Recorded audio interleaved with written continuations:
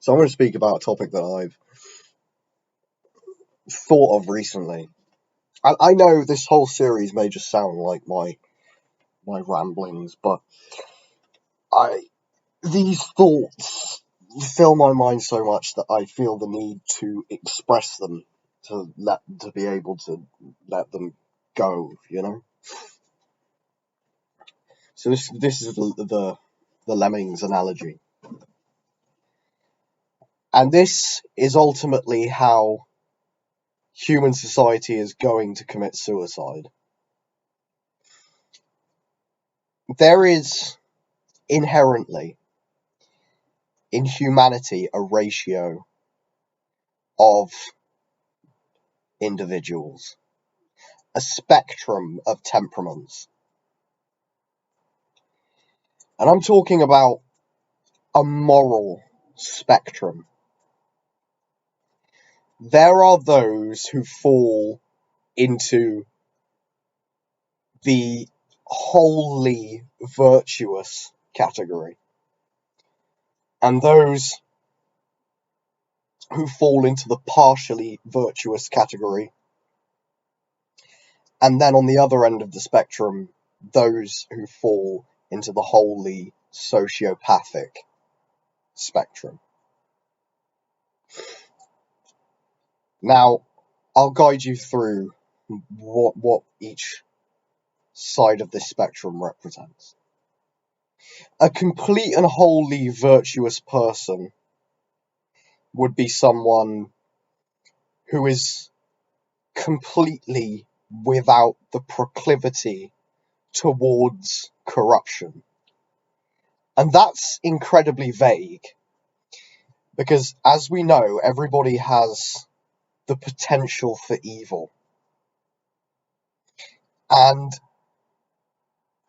so even those in the wholly virtuous category, whilst it's incredibly minute and essentially impossible for them to fall into these corrupt ways of thinking, just purely because those individuals don't have the urge or the proclivity towards that.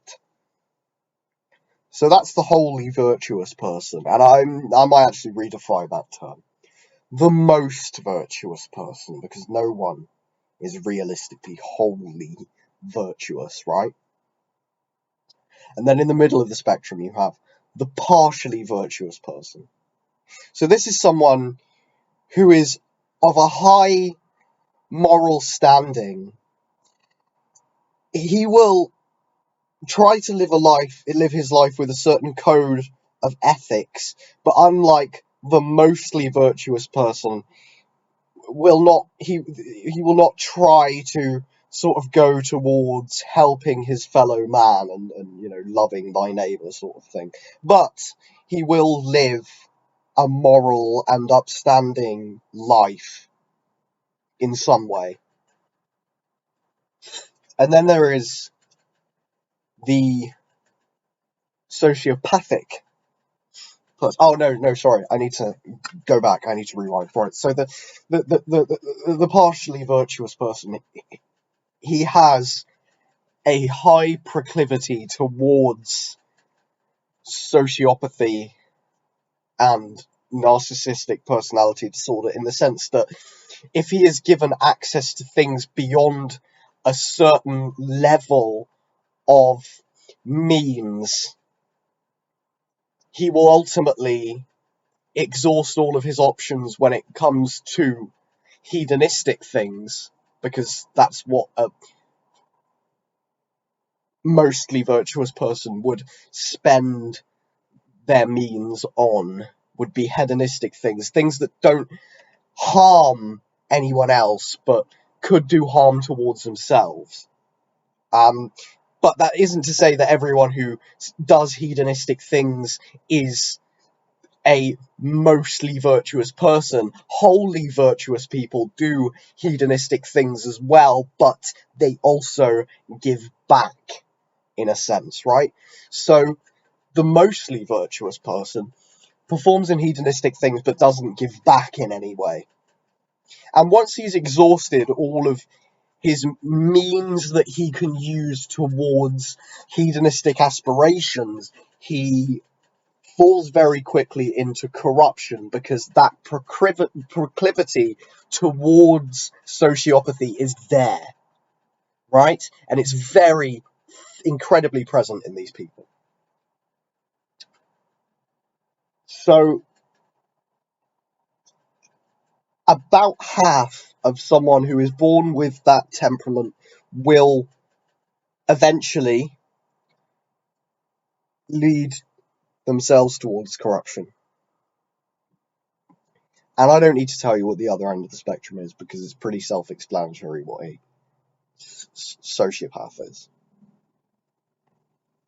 So how will this cause the human race to commit suicide? Well, given this ratio and this spectrum of virtuousness to sociopathy, given the fact that pretty much half of the population fall directly into the middle in the section of the mostly virtuous individual, and that goes for the most moral person you can imagine, there is a chance that they probably fall somewhere in the middle, even still, right? And then the other half of the population is the sociopaths and the mostly virtuous people. But coming across a mostly virtuous person is incredibly hard to do. It's near enough impossible. And so what will eventually happen is we will drive ourselves off of a cliff edge in a desperate search for things to support our own means, our own inner selfishness, will ultimately be our demise. I mean, we've already seen what's happening with climate change, right?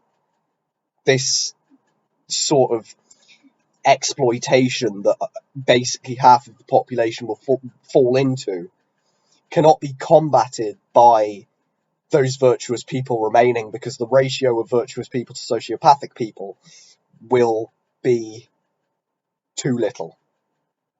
And any attempt from, and I'm going to put this in quotations, mostly virtuous people to overthrow the sociopaths of our society will, in pretty much all cases, not be from mostly virtuous people. People who lead causes, about half the time, 50% of the time, the main driving factor is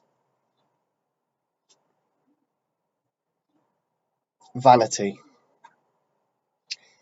And so what will happen is we'll end up either falling into a dystopian nightmare, or we will exhaust all of our possibilities as a society to continue on as a result of greed and sociopathy. So that's scenario 2. I will be doing another one tomorrow, but there's only 2 parts for now. Anyway, let me know if you enjoy the series, and I'll do some more. But these are just, and I'm going to put in a little disclaimer here. What I'm saying may not necessarily be right or true. These are just thoughts that I've had, sort of shower thoughts, that I feel the need to express, otherwise they're just going to bug me and bug me. Anyway.